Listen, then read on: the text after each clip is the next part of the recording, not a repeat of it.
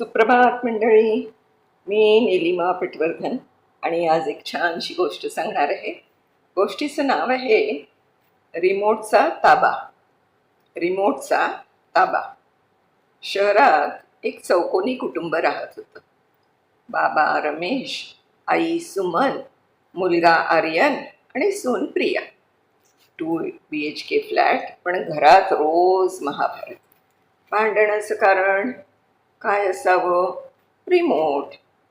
संध्याकाळी 7 वाजता बाबांना बातम्या हव्या, आईला सिरियल बघायची असायची, आर्यनला मॅच बघायची असायची आणि प्रियाला यूट्यूबवर काहीतरी रेसिपी बघायची असायची.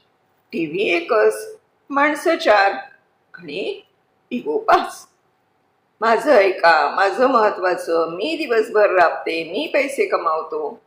रोजची कटकट. घरातलं जेवण थंड व्हायचं, पण डोक्यातली आग गरमच राहायची. शेजारचे म्हणायचे, अहो हे घर आहे की कुरुक्षेत्र. एकदा अक्कलकोट वारी करून आलेले गुरुजी घरी आले.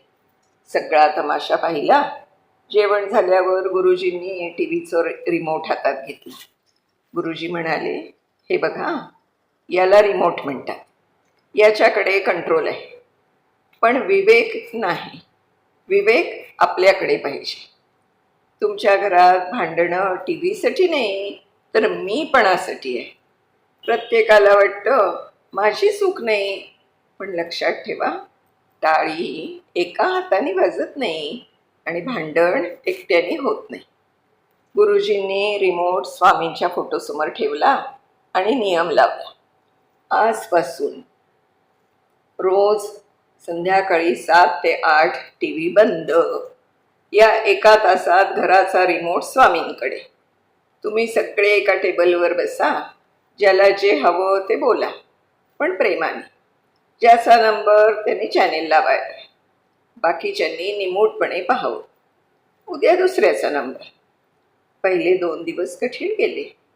3ऱ्या दिवशी आर्यन म्हणाला, बाबा आज बातम्या बघू, देशात काय चाललंय ते कळेल. बाबा चकित. 4थ्या दिवशी बाबा म्हणाले, पोरी तुझी रेसिपी लाव, आज तू केलेला शिरा खाऊया. हळूहळू कळलं, प्रॉब्लेम रिमोटचा नव्हता, संवादाचा होता. एकमेकांना वेळ दिला की भांडण्याची वेळच येत नाही. 6 महिन्यांनी घरात टी व्ही सुरू असला तरी रिमोट कपाटात पडून होता. कारण आता सगळे एकत्र बसून प्रिया शिकवते ती रेसिपी करायचे, बाबा बातमी सांगायचे, आई जुनी गाणी लावायची आणि आर्यन सगळ्यांचे व्हिडिओ काढायचा. काही दिवसांनी गुरुजी परत आले.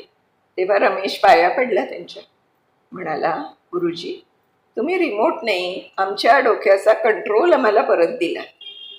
गुरुजी हसले. म्हणाले, बाळा, ज्या घरात स्वामींचा फोटो असतो तिथे रिमोटची गरजच नसते, कारण घराचा कंट्रोल स्वामीच करतात. फक्त आपण त्यांच्या हातात द्यायला हवा. आज त्या घरामध्ये हॉलमध्ये पार्टी आहे. इथे भांडणाला सुट्टी आहे, कारण इथे स्वामींची ड्युटी आहे. छान आहे की नाही कष्ट? काय शिकतो आपण ह्याच्यातनं? की आजच्या घरात वस्तूंसाठी नाही तर अहंकारासाठी भांडणं होतात. माझं म्हणणं, माझं म्हणणं, माझं म्हणणं हे सोडलं की आपलं घर वाचतं. रिमोट, मोबाईल, पैसा ही भांडणाची कारणं नाहीत, निमित्त आहे. मूळ कारण संवादाचा अभाव आहे. कुटुंबाचा रिमोट देवाकडे द्या. रोज 1 तास टी व्ही, मोबाईल बंद करून एकमेकांशी बोला. समस्या आपोआप छोट्या होतील. तर ॲडजस्टमेंट म्हणजे हार नाही, ती समजूतदारपणाची जीत आहे. कधी तुम्ही वाकलात, कधी समोरचा वाकेल. संसाराचा गाडा असाच चालतो. पटतंय की नाही सगळ्यांना? तुम्हाला माझ्या या गोष्टी आवडत असतील तर माझा गप्पा गोष्टी हा चॅनेल नक्की सबस्क्राईब करा आणि मी सांगितलेल्या गोष्टी दुसऱ्यांना शेअर पण करा आणि लाईक पण करा आणि मला कळवायला विसरू नका बरं का तुमचा अभिप्राय. मी वाट बघतीये. धन्यवाद.